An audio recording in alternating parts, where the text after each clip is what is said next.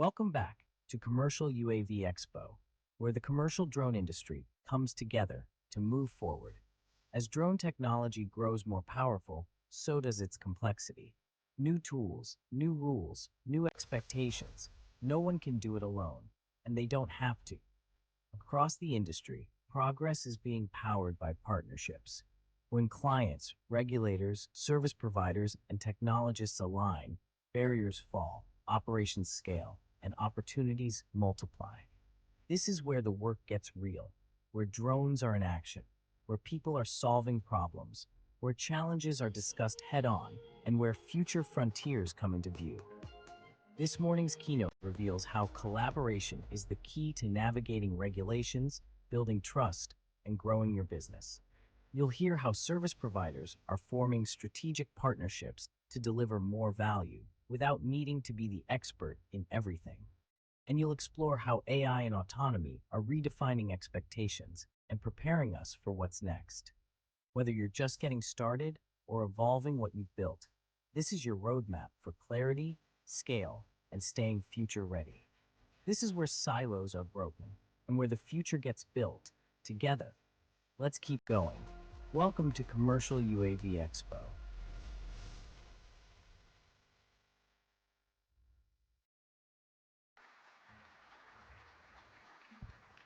Thank you. Good morning, everybody. Thank you for joining us for what is somehow already the final day here in Vegas for 2025. My name is Matt Collins. I am the content manager for the Commercial UAV Expo team. Really looking forward to this panel discussion that we have coming up to start off the day.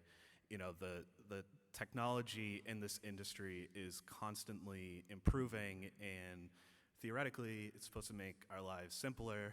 A lot of ways it does, but it also adds all these new layers of complexity and these new problems that arise that we have to figure out how to navigate. And so this panel discussion is going to talk all about how we're dealing with the evolving complexities today, and then what's going to become even more complicated in the next few years with AI and automation. So with that all being said, I'd like to welcome our panel to the stage. We have Michelle Duquette, Nitin Gupta, Scott Lashmit, and our moderator, Chris Fleming. So come on up, guys. Good morning, everybody. We've set ourselves a challenge this morning. We are going to try and keep you off your phones. I know it's dark in here, last day of the conference, and some people like to slide into the back of their seats and catch up on texts and emails. But we're going to try and avoid that. So thank you, Matt. Welcome, everybody. I believe that our industry is at a tipping point. Regulations are evolving, the technology is racing ahead, and end users are asking us to scale. The only way to eliminate complexity is with collaboration. I've never met anybody who got into the drone space because they loved working in silos, doing paperwork, or fighting regulators. More often than not, we got out of our old jobs because we wanted to do something new and exciting. We're all here because we believe in possibility. And possibility expands when we collaborate. And that's going to be the theme of our discussion this morning. We'll cover collaboration from three different lenses. First, from the regulatory perspective with Michelle. Secondly, from the service provider, Scott, who's actually just come out of the field. He was on a pipeline project in Pennsylvania at the start of this week, so I'm glad you're here with us, Scott. And thirdly, from the technology and future with an eye on artificial intelligence and autonomy, and we'll hear from Nitin. So Michelle, I'd like to come to you first. You've spent decades working inside the FAA. Help us understand what collaboration with regulators really means, the type of pressures that they're under, and how the industry can work with them more effectively. So that's a lot. Basically, the bottom line is the FAA wants to have that pipeline of what I call meaningful intelligence coming from the industry. And that's not necessarily always technical performance envelopes data. it's also how you're thinking, why you're thinking the way you're thinking, the nuances that drive you to create your tech the way you've created it, and how you're using it. So it is a challenge for the FAA, just in general, to try and decode all of the different pieces of feedback that they get from industry. A lot of times, it's very cryptic. So imagine you are receiving hundreds of proposals. You are in a position of approving some type of operation, or maybe it's a certification. And the proposals that you get are written in all different kinds of formats, with all different kinds of lenses, using language that is different from aviation. And you have to make sense of that. You have to somehow guess what the intent is, so that you can appropriately approach what a mitigation process could look like to meet the safety needs of the NAS. So this is a challenge that I think we collectively can get after right now.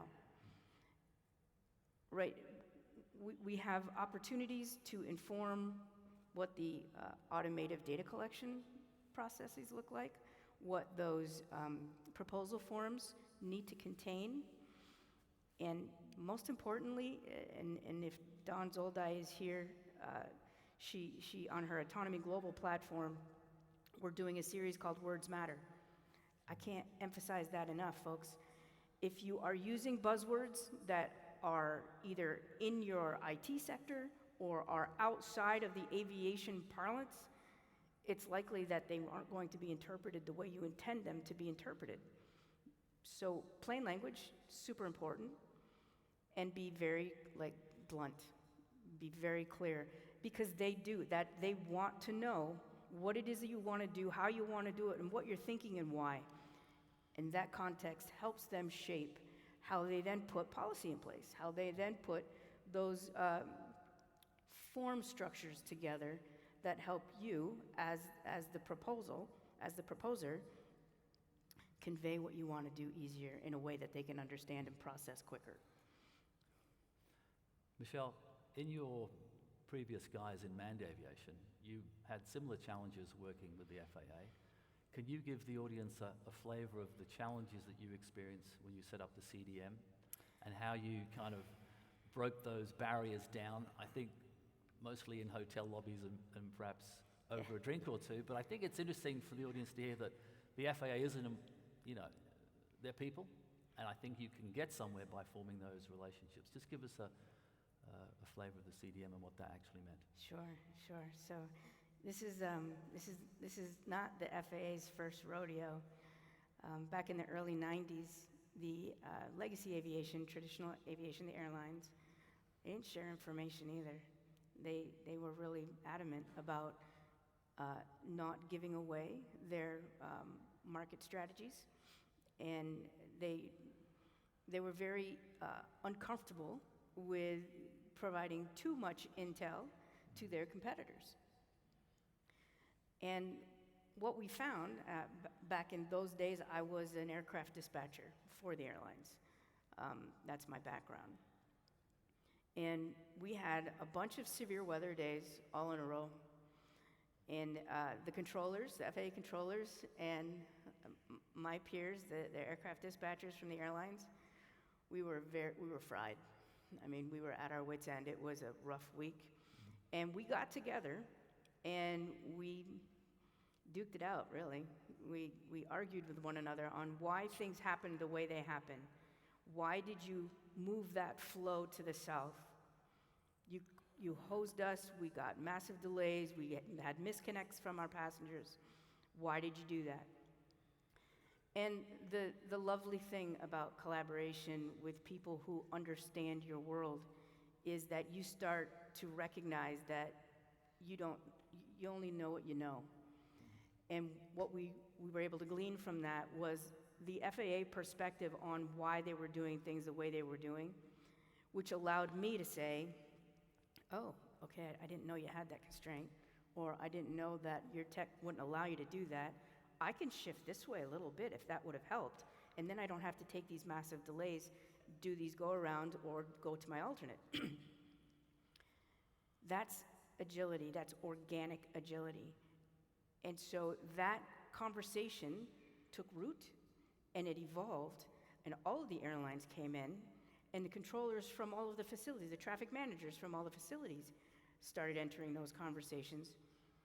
And we started creating what is known today as collaborative decision-making, and I tell people that's like Google. It's a noun, it's a verb, it's a way of thinking. CDM is definitely, in aviation, a global known entity. If you were to take away the capabilities that CDM created back in the early 90s, which have evolved and are still in use today, they created their own data set, their own lexicon, their own network, so that they can run efficiently, doing the things they need to do to flow the traffic safely across the NAS. If we were to take that away from the airlines today, they would not be happy. It would be tough. I think we have that same opportunity here with this community. We're right now in our nascent stages where it's uncomfortable sharing information. We have a lot of competitors. However, there are lessons that we can learn from legacy aviation that actually show the more information we're able to share in a meaningful way, the more efficiencies we can gain. I know it kind of sounds like an oxymoron, but the more intelligence that you're able to get, the better you can plan. And the better you can plan, the more efficiencies you can build in. It's not easy to do that with this industry right now because we're just starting and we don't have the volume. However, it's not going to be long before we've got CVS delivering somebody's prescriptions, and we've got an Amazon package coming in, and oh, by the way, my tacos are almost here. And they're all coming to the same place. And we do have to have some level of nuanced sharing of information that helps us figure out together what those priorities need to be. What do those safety cases need to look like? And are we considering things like who is flying the longest that would have the most battery risk, right? Those kinds of things. And if that can happen all out automatically, that's awesome. But we need to have those conversations because eventually there's going to be a human, whether it's the flight supervisor that just came out of the new reg, NPRM, or some other human that is going to be creating that business model. They're the folks that have to know this. But they only know what they know. So we need to have these collective conversations so that the different perspectives, the different priorities, the different business models can all be put on the table, and we can see what that looks like holistically and then start making those agreements. So I think, would it be fair in saying that the challenges that we're seeing our industry now is simply because it's new, it's Yes. immature, and we haven't had the time for those relationships and for that trust to develop? Well, we don't know what we don't know, right? And a large part of us come from the IT world, and you don't really do that, unless we're in an open source environment, which would also be wonderful. But I would offer that one really good example that is today is happening down the hall and around the corner. So we have the Drone Responders public safety track going on at this conference. And I kid you not, this is the closest to organic collaboration, organic CDM in this industry that I've seen yet. These guys are just doing it automatically, where they are bringing their folks together and they are figuring out how to go about getting after some of the challenges that they're experiencing.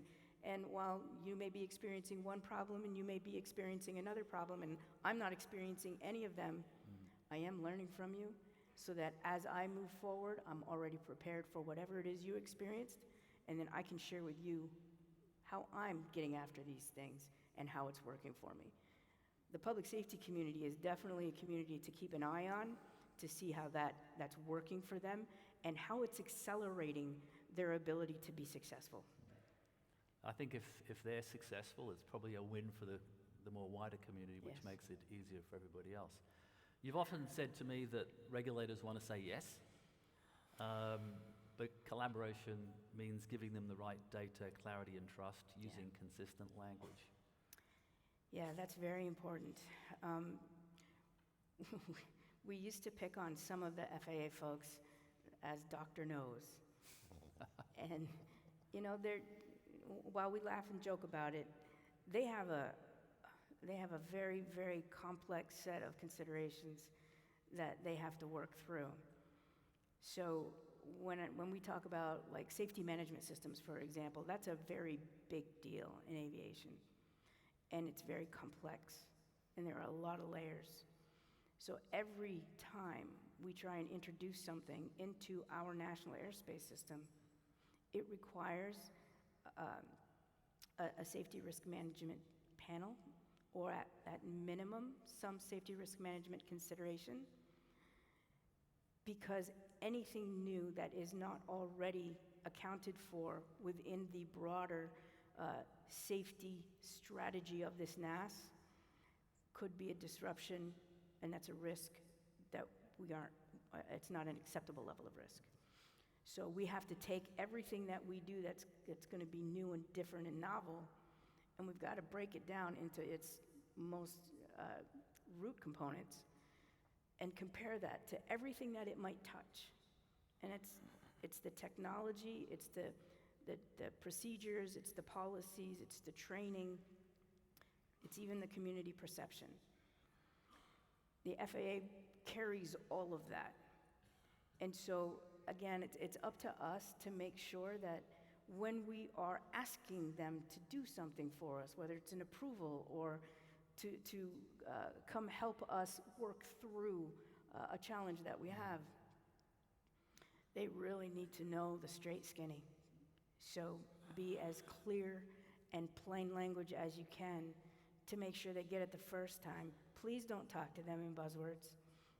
They have such a volume of information that comes in that they have to sort through and interpret and try and decode. If you're just very clean, and call them also. And if you have a challenge with I mean, there are numbers out there that you can call when they are able to come back and start attending conferences more. They make themselves completely available. They want to talk to you. They want to hear from you because that helps them translate what you're writing, right? If they can hear the context, if they can have a conversation. So I think that's probably the biggest thing is if you can make it easier for them to understand you, you're now accelerating your own process. Making their lives easier. Scott, you do a lot of asking of the FAA. You formed some relationships there. We're now going to come to the second part of our panel discussion where we get the perspective of drone service providers. And I mentioned that you've managed to obtain some waivers. I'm hoping you can share some key takeaways for people in the audience who may be feeling a little stuck. But you're a guy who works in the trenches. Literally, I mentioned Scott was working on a pipeline project in Pennsylvania Tuesday. And actually, he didn't have his clothes yesterday, those ones he's wearing, so they arrived late on a flight. But from your perspective, what does it mean in terms of collaboration from a drone service provider? What's the reality like? Absolutely. So I'm going to start off with a story, actually. And it is the story of how I came to know Chris Fleming. And it's a story from two perspectives. So about 3 years ago, I find myself in a small Italian town named Moralacano for my cousin's wedding, and I closed on the sale of my house in Natick, Massachusetts. A few weeks before, we had decided to up and move from Massachusetts to Colorado. If anybody knows me, I like to have things lined up, so this was a big move to move my wife and 2 children. Both my wife and I left our jobs and came out, and I ended up doing culinary school as a passion project for about 4 months. About a week after I graduated, I've been in the UAS industry now for a decade, knew I wasn't going right into it, but I learned to cook on my mom's hip. I'm the youngest of 5, and so it really was passion. I go to pick up my son. He was in 1st grade at the time, seems like ages ago, and I bumped into a woman just picking them up while our kids are playing on the playground. And my standard response when I'm asked is typically, I fly drones. It's a 3-word answer. It sounds cool, and frankly, it sounds way cooler than I deal with the FAA rules, regulations, and compliance. But she perked up and kind of asked some follow-up questions and said, well, what do you really do? And so I gave her the long, well-practiced speech. And she said, you know, I know this guy, Chris Fleming. He's the CEO of Cyberhawk. Would you like me to introduce you? And I knew enough in my life to absolutely say yes to an opportunity like that. And so from my point of view, that morning my wife was going, you know, hey, it's time to start networking. And so whether it's divine intervention or sheer dumb luck, it felt serendipitous to go and pick my son up and have this connection. Framing it from Chris's point of view here, his friend called him up and said, hey, I met a guy who flies drones. He's in culinary school right now. And Chris is going, he's doing what? And so I didn't even know what culinary school was. I worked out later. It means he's a chef. And so Chris was kind enough to take that call with zero expectations. And after about an hour and a half of chatting with my history with Mass DOT and El Green Power, American Tower, he said, you know, I'd like you to interview for the role of aviation manager.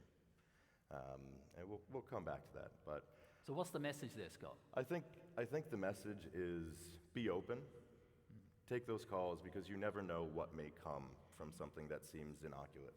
Yeah, and we can all learn from one another. And we've Yes. met plenty of people on panel discussions, particularly around FAA waivers and flying BVLOS, who've said, if you want to know more, stick around at the end or reach out to me. It is a collaborative community and people will share their learnings. I think that's really important. 100%. And so, yeah, to get to the meat and potatoes, I think why everybody's interested here from an operator's perspective and from somebody who deals with the FAA, applying for permissions, whether it's beyond visual line of sight, limited visibility, high altitude, or COAs for secure DoD property access. I think the biggest thing for me, from an operator's point of view, is you start at the end. You start with your client and what they need to get out of this, because that's going to set the framework for your safety case and what you need to do to get the data and the analytics to them.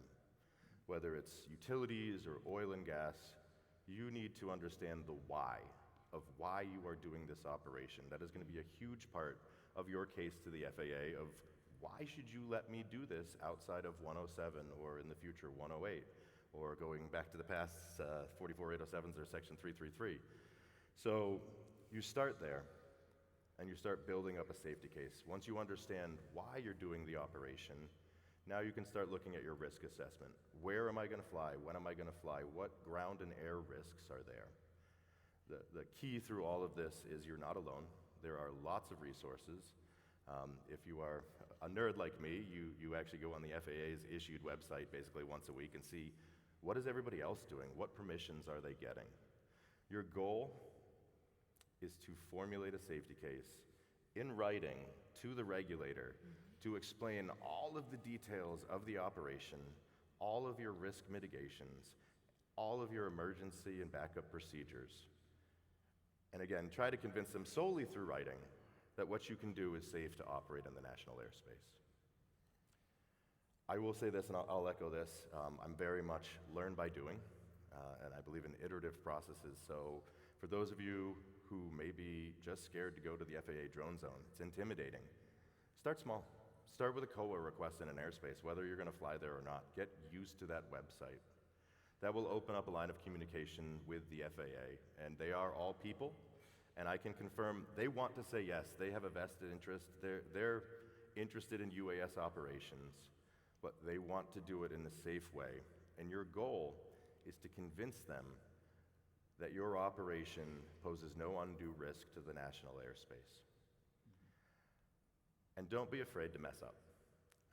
When you apply, again, it's an iterative process, it's a back and forth. When you put in an application, they will reach out with questions. So your first goal is give them as much information as possible, plain language, avoid the buzzwords, absolutely.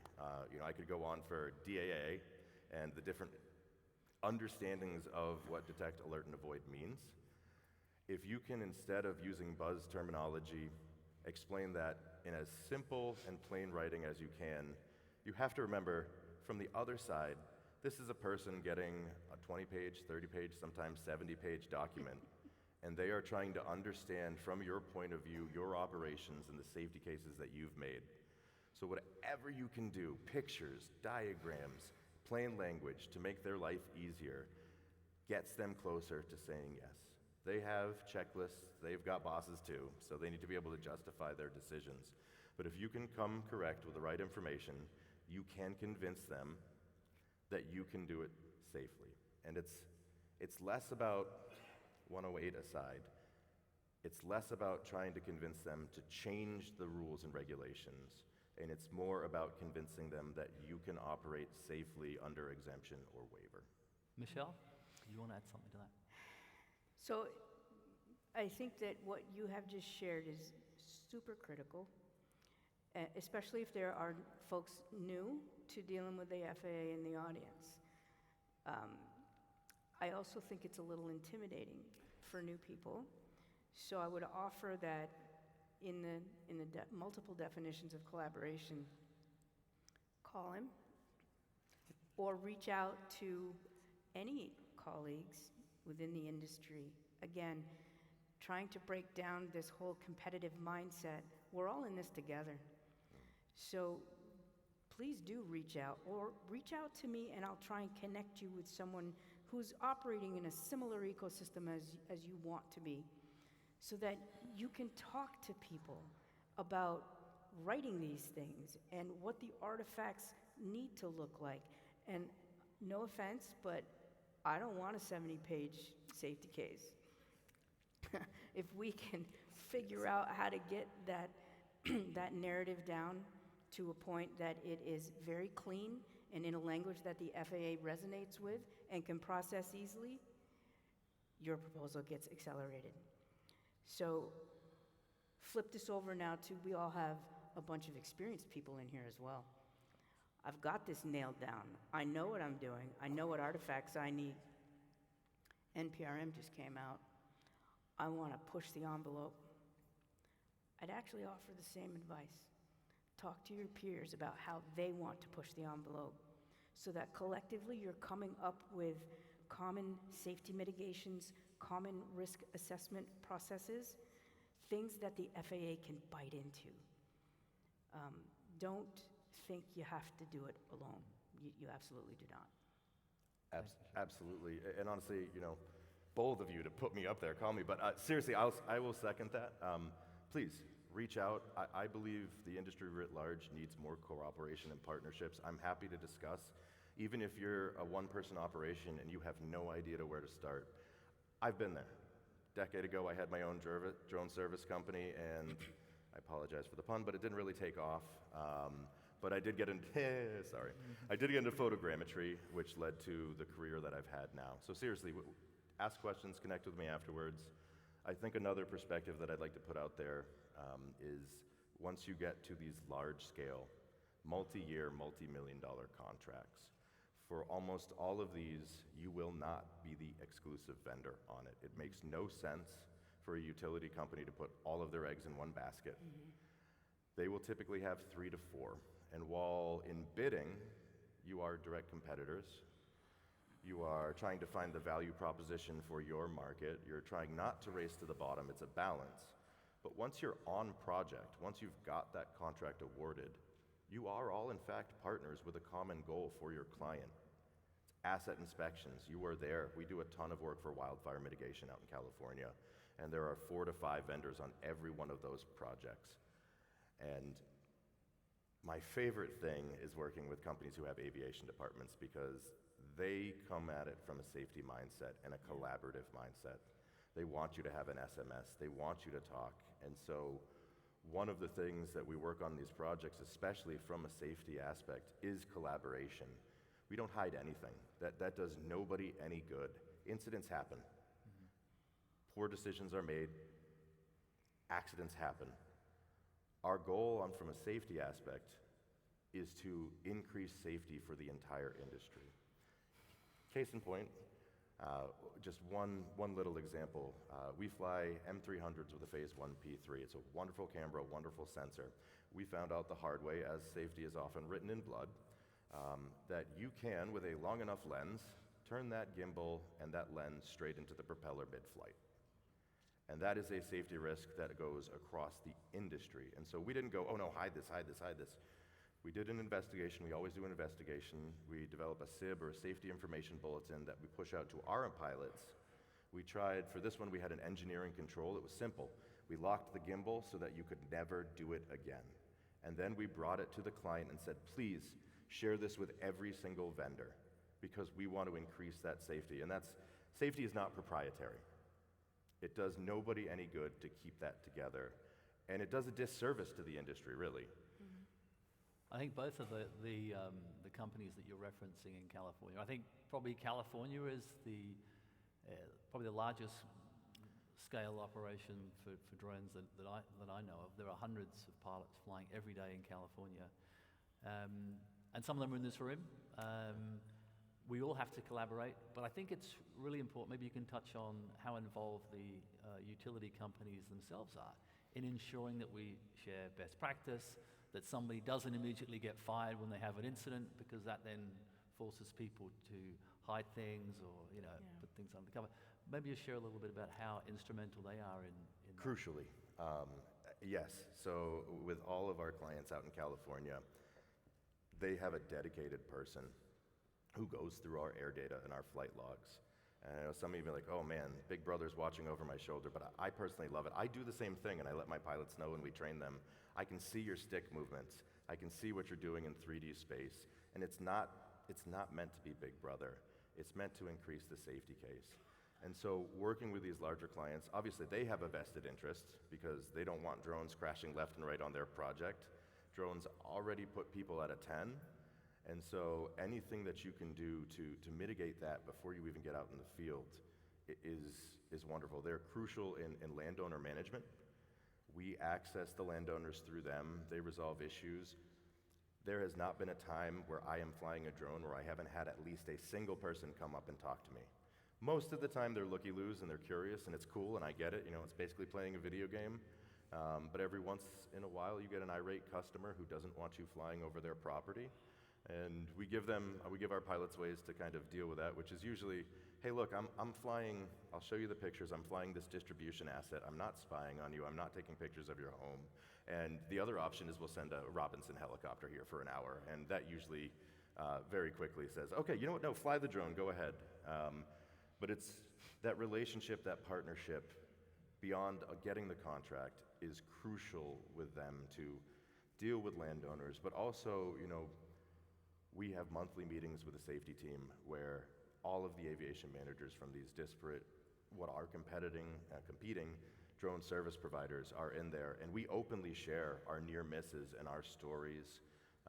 Anybody who's flown an M300 knows that you have to double check and triple check the arm locks on them, because if you leave that out, it's going to crash. It is an inevitability, and there were some issues with that.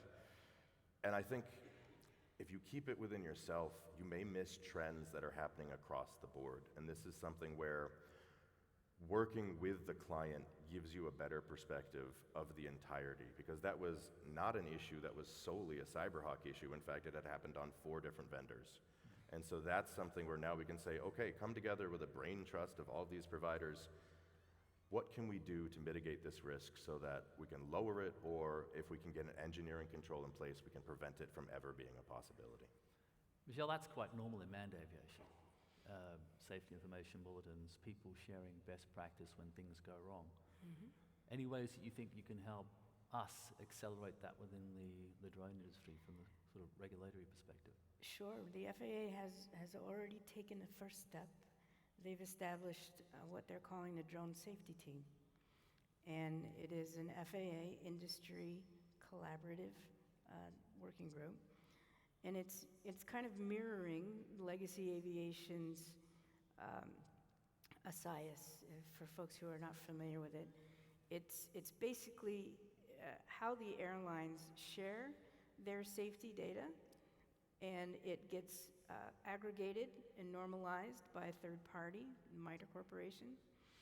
And safety analysis and trends come out of that, where the FAA then, it's all de-identified, And the FAA uses that as a way to, A, find out where there are perhaps gaps in some of the policies, and two, where there are performance trends that are starting to present themselves that could be introducing risk. For a while there, it was landing on taxiways, I know, but these things come out in the data.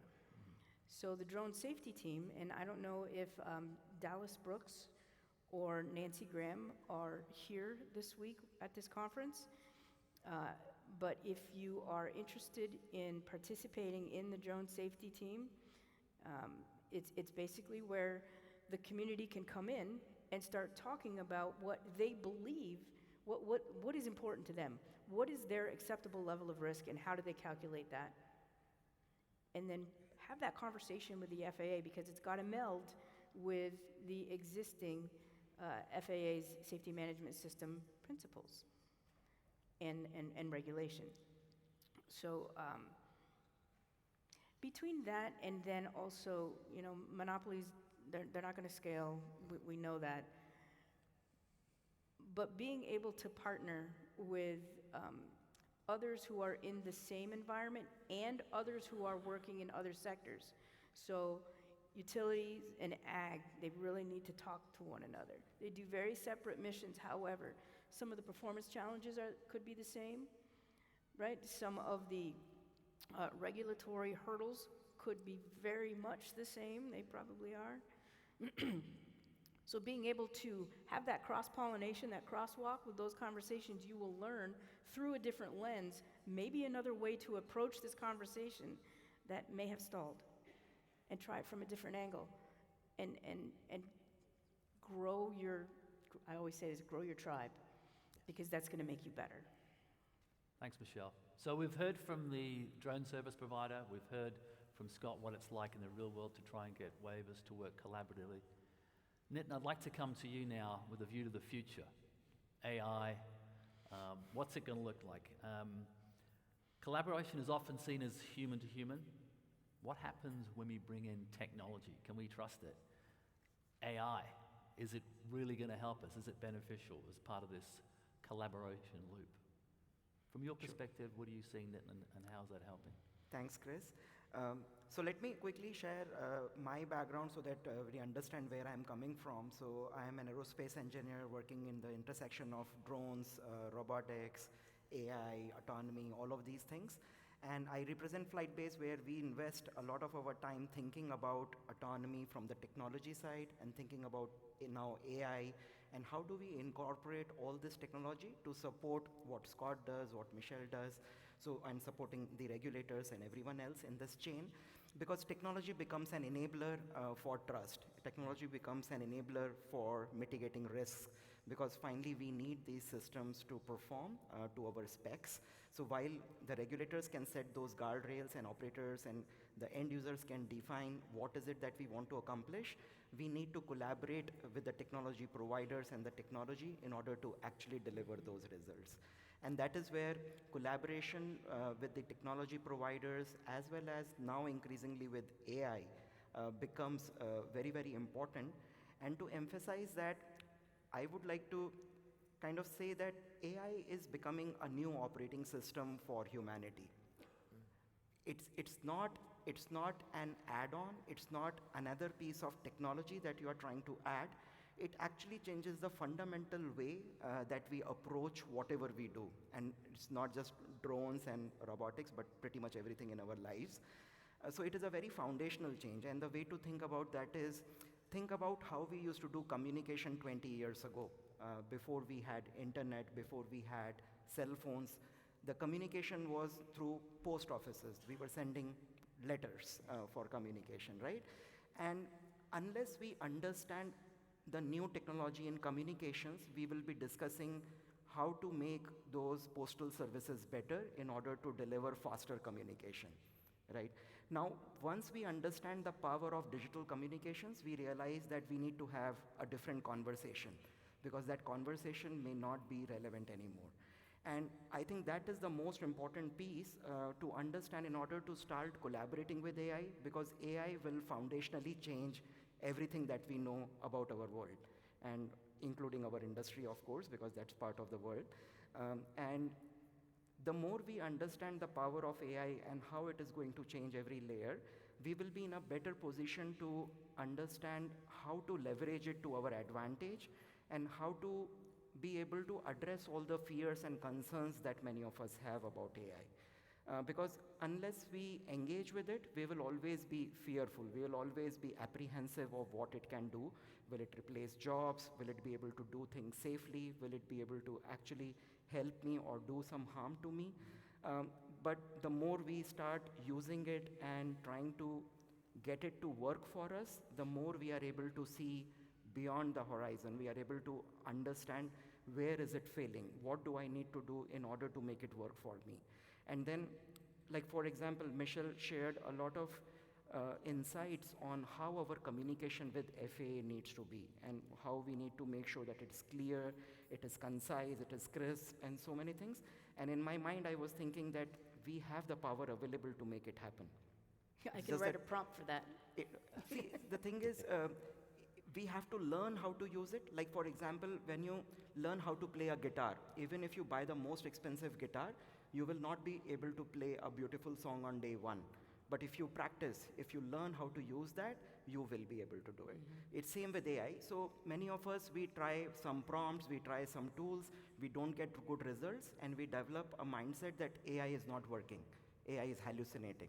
AI is creating results that I cannot trust. But is the problem with AI? Is the problem with the guitar or with the person who is playing the guitar? Right? It's the same with AI. So the more we learn, the more we understand how to use it, we will be able to play beautiful music. We will be able to get results that we can trust. Of course, it takes time. It takes time to learn how to play and how to start trusting it, how to give it feedback, how to make AI learn from what we want it to do for us. So we have to think of AI more like a human than like a machine, because it is a probabilistic system. It is more human-like because it will not give you the same result with the same input every time like humans do. So if I ask Scott, how are you doing? He will tell me something. But if I ask the same question tomorrow or after 5 minutes, he will say something different. He may have the same intent, but the exact phrasing of the answer will be different. And that is how humans are, and that is how probabilistic systems are.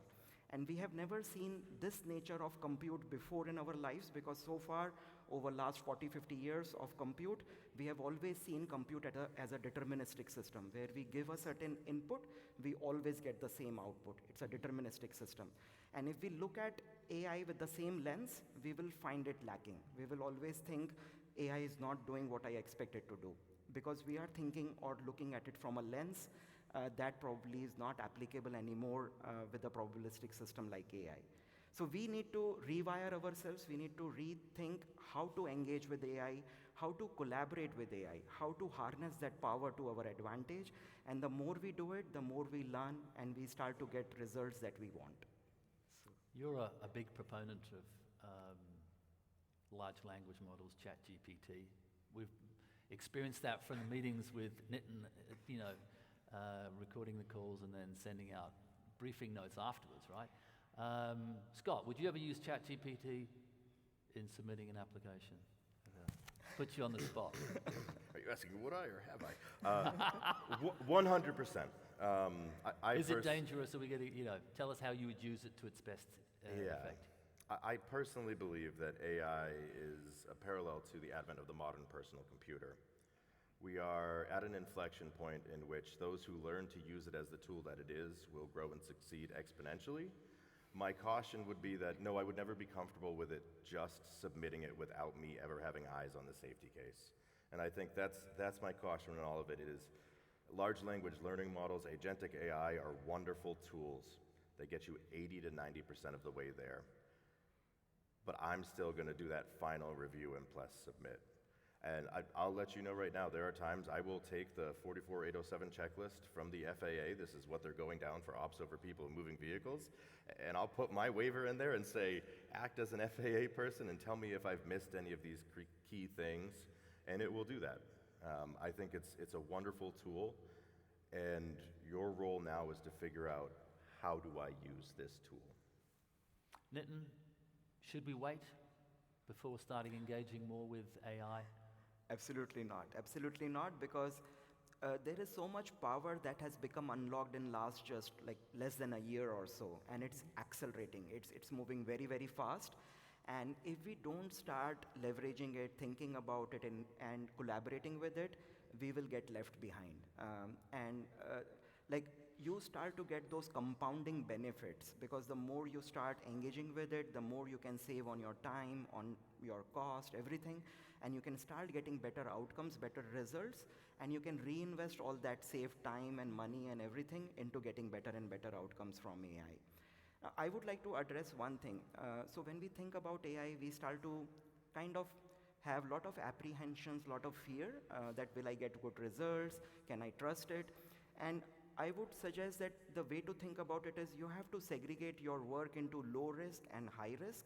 There are certain activities or things that are not very high risk, like for example, if you're trying to analyze data or like submitting applications or analyzing applications. So all those things are relatively lower risk, where you can immediately get a lot of value from AI. You can immediately save a lot of time. You can get much better quality outcomes once we collaborate with AI. However, there are things then that are higher risk.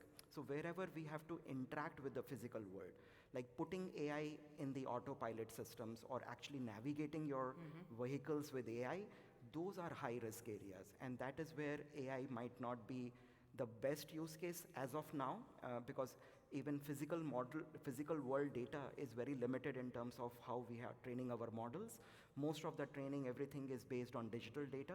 So digital side of things, that where we are analyzing data, when we are preparing applications, reviewing stuff, all that is relatively lower risk, and we can immediately get value from AI. And that way we build more trust and we learn how to use AI. And then we will be preparing ourselves for higher risk use cases down the stream. So let's not worry about everything with AI on day one, because that will unnecessarily make us apprehensive, unnecessarily make us concerned. I cannot trust AI to fly my drones. Yes, you cannot, and you should not. And let's start from analyzing data and doing these other low-risk use cases first, and then as we learn to harness this power, put guardrails, get better outcomes, we will be better equipped to get into higher risk use cases as well in the future. Nitin, part of the reason that you're here, other than being at the Commercial UAV conference, is you're spending some time with AI companies in the Bay Area, collaborating with them, trying to generate algorithms for a variety of use cases. I think it'd be useful if the audience was to hear what you're doing in that space. Sure. So as I mentioned, so one of the lowest risk or high value use cases is analyzing data.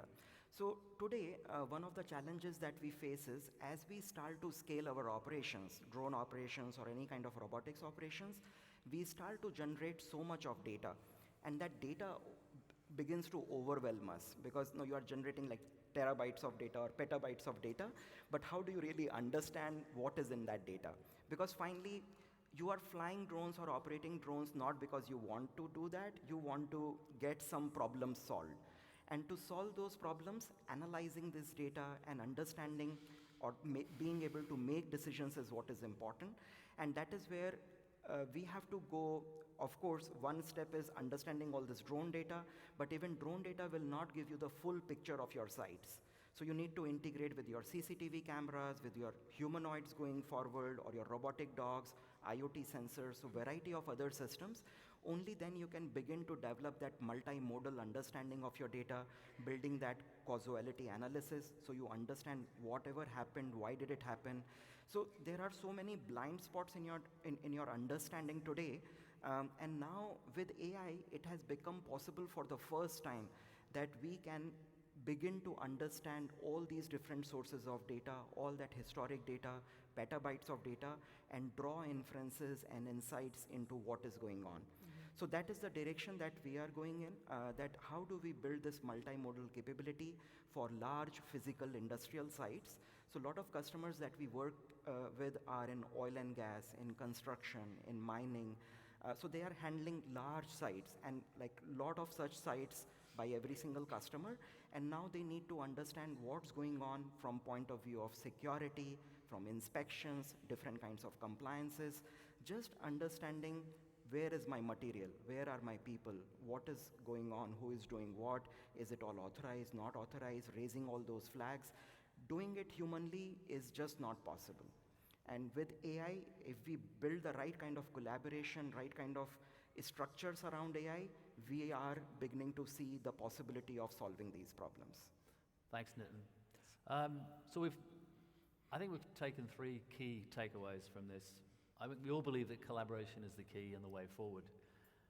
From Scott, proof of routine, not trying to do the novel first, learning from other people, it's really important. And Nitin, a great perspective on using AI and how it's really going to shape the future. So please, everybody, put your hands together for my colleagues and panelists today. Thank you.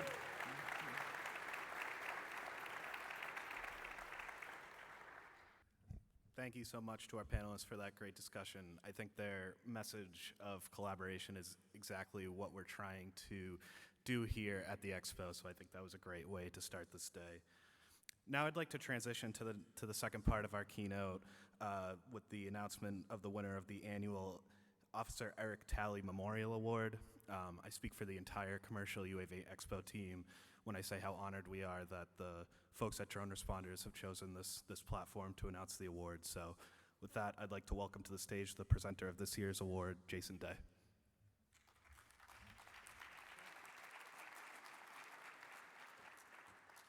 Ladies and gentlemen, good morning. It's an honor to stand on this stage before you today at Commercial UAV Expo to present one of the most meaningful recognitions in our field, the Eric Talley Public Safety UAS Excellence Award.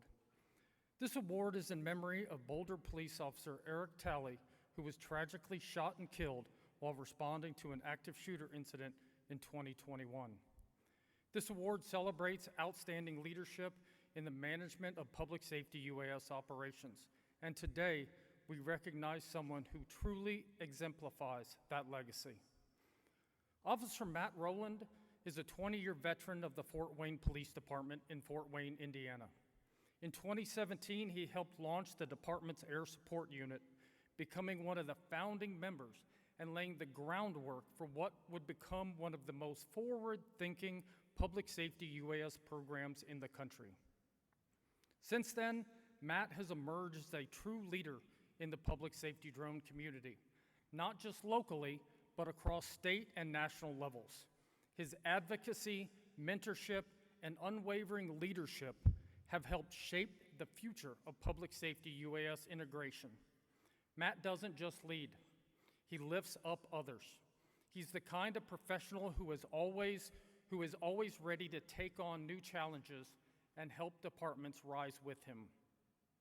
In 2024, Matt and his team made history by working with drone responders and the FAA to secure the first FAA-approved Part 107 DFR waiver, a milestone that opened doors for agencies nationwide to explore new operational capabilities.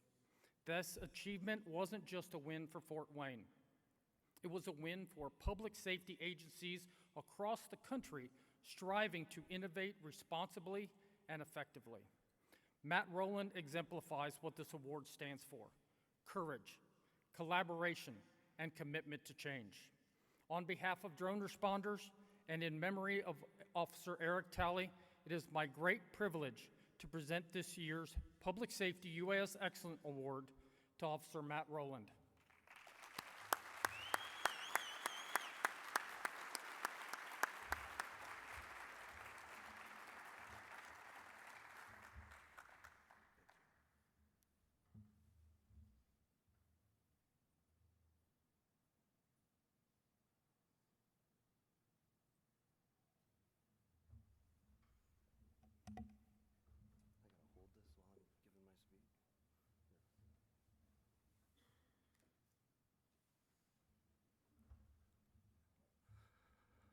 Thank you to Jason Day, Drone Responders, and the Commercial UAV Expo.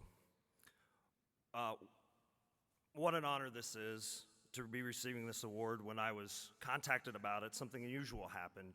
I was speechless. I just want to start by saying that I'm humbled by this award. I've been here for each one of the times that it's been presented. I was here when the Boulder team accepted it, the first award on behalf of Eric Talley.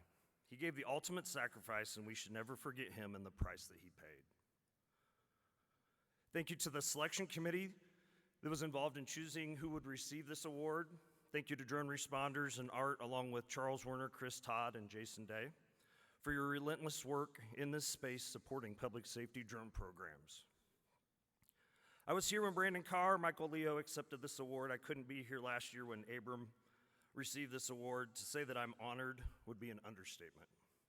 These are the folks in the industry that mean the world to me, and I'm humbled to be mentioned in the same sentence as them, let alone receiving the same award that they have previously received. I also want to say thank you to my wife, who was able to be here today. She has supported me throughout all of this, and I would like you to give her a round of applause for supporting me.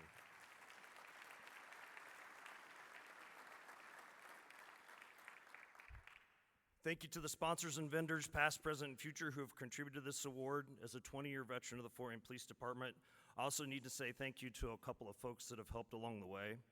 Retired Chief Reed, retired Lieutenant Bowers, retired Chief Bender, and retired Sergeant Bratmuller. Current Chief Scott Caudell, Deputy Chief Scott Burning, all of these folks have helped contributed to the way that I am, and I would like to say thank you to them. Thank you to the City of Fort Wayne, from our mayor to city council, who have supported our drone program since day one in 2017. None of this would be possible without the support of my air support team. The 12 folks in our department that make the team up: Sergeant Brooks, Sergeant Young, Officer Hickman, Huss, Hollinger, Hartman, Walters, Wadelick, Johnson, Madden, and Baker. In 2020, I was assigned to our team full-time. I spent a lot of time networking, getting to know people in the industry. Zoom, team meetings, stuff that was once rare became common. Those calls contributed to what this networking has become today, and you heard about it. Michelle brought that up, with the networking that we do. I never thought I would have a link in my email that would let you set up a meeting to do a Teams call with me. It's my belief that that is a lot of what has made this award possible, in connection to the folks in the industry. Last year, Charles Werner from Drone Responders came to us with John Meehan from the FAA, and he thought that the Fort Wayne Police Department would be a good fit for the first in the country to do a Part 107 FAA BV loss waiver without a visual observer. After a couple of meetings, we were able to put that plan together and make it happen. In 5 short weeks, it happened, and it seems as if the proverbial door was kicked open on waivers. There's certainly a lot more to it than I have time here, but it's a giant leap forward and has made, it's made great with the great networking that we have done. I also want to say a special thank you to Officer Mike Hickman from our team. He's been right there by my side through all of this, and he's our waiver guy. He's written all of our waivers. We've never had to outsource that, and so I want to make sure that I mention him. I'm proud to be a leader in this space. I'm proud when other officers come back from other conferences, from other specialty teams. They tell me about our department and talk highly of our drone program. The countless hours spent after work answering emails, getting caught up after a day at DFR, the phone calls from new departments looking to start a program or DFR program. These are the cold call connects from social media, and it's my pleasure to help. When we make a difference, when we find that lost child, when we save a life, we find a bad guy, we collect those photos from crash reconstruction. That's what still gives me a drive after 20 years in law enforcement. In 2017, if you had told me in a few short years we'd be flying a drone to calls for service and doing it without a visual observer with BV loss, I might have looked at you like you were crazy. Here we are, and I'm excited for what the future holds as we innovate and continue to push forward in this space. If you ever need anything, please reach out. I'm happy to help. Again, thank you. I'm truly honored and blessed. And never forget Eric Talley and his sacrifice.